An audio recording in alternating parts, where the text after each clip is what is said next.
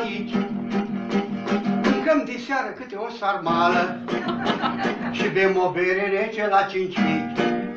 Hai vino, hai vino, hai vino iar la Botoșani. Hai vino, hai vino, să ne trăiești la mulți ani.